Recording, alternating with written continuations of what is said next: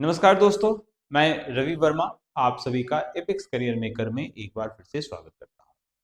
यदि आप बीपीएससी की परीक्षा देने जा रहे हैं, बीएसएससी की परीक्षा देने जा रहे हैं या बीपीएसएससी की परीक्षा देने जा रहे हैं, जिसे आप बिहार दरोगा की परीक्षा भी कह सकते हैं, तो उन सभी आयोगों का एक फेवरेट टॉपिक रहा है और वह टॉपिक है मौर्यन एम्पायर। दोस्तों, आपकी परीक्षा बेहतर हो सके इसलिए मैं टॉपिक वार जो बहुत महत्वपूर्ण टॉपिक हैं उसके लिए कुछ वीडियोस बना रहा हूं। इसी क्रम में आज हम लोग देखते हैं मौर्यन एम्पायर।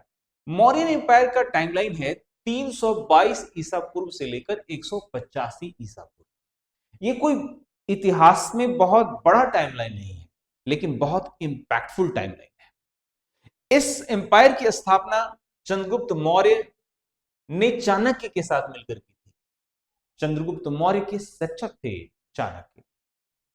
चाणक्य विश्व के प्रथम विश्वविद्यालय तक्षशिला विश्वविद्यालय में राजनीति शास्त्र के शिक्षक थे, जिनका संबंध पाटलिपुत्रा से था।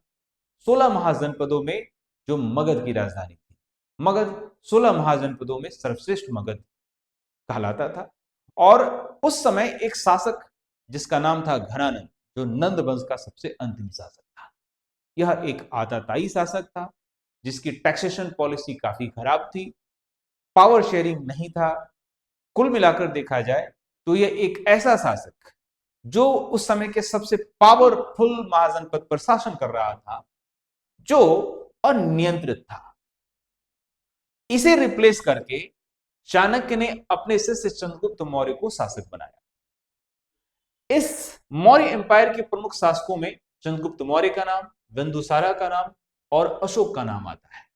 हालांकि अशोक के बाद भी मौर्य शासक चले, आगे बढ़े, लेकिन बृहद्रथ जो इस वंश का सबसे अंतिम शासक साबित हुआ, इसकी हत्या इसी के एक मंत्री पुष्यमित्र शुंग ने की थी। कारण था मौर्यन एम्पायर में अशोक का इंक्लाइनेशन, झुकाव बौद्ध धर्म के प्रति सबसे ज्यादा हो गया था, जिससे बाकी धर्मों में एक अरुचि या विद्रोह नजर आया था। और यही विद्रोह पुष्यमित्र शुंग को बृहद्रथ की हत्या के रूप में दिखाई देता है। दोस्तों, ये तो मौर्य एम्पायर की उपलब्धियां कई हैं, तभी तो आज भी अशोक सर्वकालिक महान शासक के रूप में स्वीकार्य हैं। और आज अशोक के द्वारा किए गए कार्यों को आज भी हम करते हैं और उनके चिन्हों को आज भी भारत राज्य के चिन्ह के रूप में इस्तेमाल करता है। मैं बात कर रहा हूं अशोक स्तंभ की। तो कई उपलब्धियां हैं, लेकिन कुछ उपलब्धियां इतनी खास है जिसकी चर्चा मैं आज आपके सामने करता हूं। एक जानकारी के तौर पर भी बेहतर है और ये प्रश्नों के रूप में भी आपसे पूछे जाते हैं। अर्थशास्त्र पुस्तक, यूपीएससी तक ने यह सवाल पूछा कि अर्थशास्त्र पुस्तक का विषय वस्तु क्या था। माना जाता है कि अर्थशास्त्र पुस्तक के लेखक कौटिल्य, चाणक्य या विष्णुगुप्त, ये तीनों ही नाम एक ही व्यक्ति के हैं।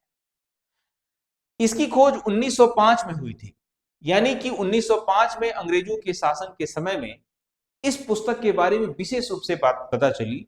हालांकि यह पुस्तक इस समय की लिखी हुई है, जिसका संबंध स्टेट क्राफ्ट और गवर्नेंस यानी शासन कला से जिसका संबंध था।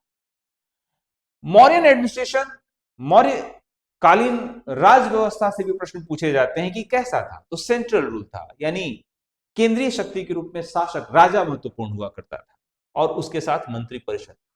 ये शासन प्रोविंशियल में बांटे गए थे, जिसमें प्रमुख राज्यों में तक्षशिला, उज्जैन, तोशली और स्वर्णगिरी आदि, यानी 4 प्रमुख केंद्र हुआ करते थे शासन के।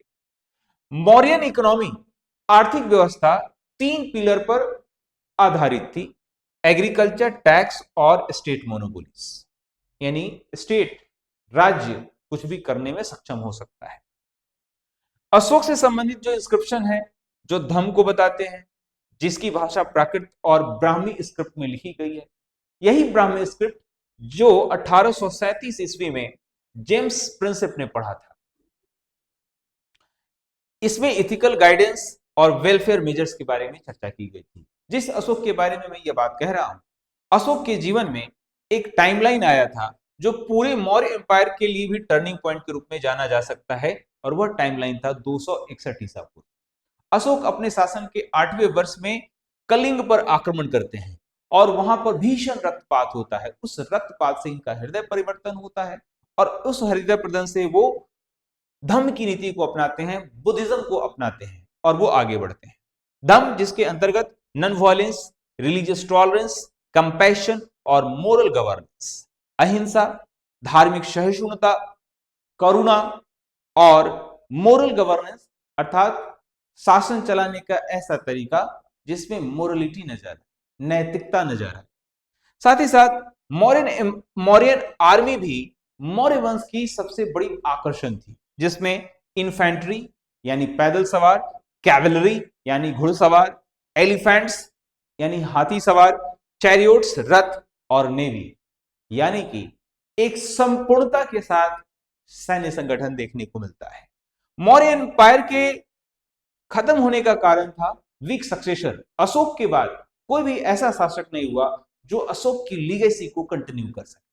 अशोक जितने महान थे, उनकी इस महानता के साथ उदारता शोभा देती थी, लेकिन उसके बाद के शासक उतने महान नहीं रहे, तो उनकी उदारता कमजोरी बन गई। रिवॉल्ट्स हुए जिसकी वजह से इकोनॉमिक स्ट्रेस देखने को मिला।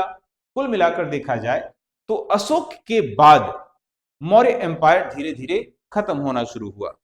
लेकिन आज भी 2026 में जब हम इस टॉपिक को पढ़ते हैं तो हमारे लिए बहुत सारे रिलेशन नजर आते हैं कि यहां से हम क्या देख पाते हैं।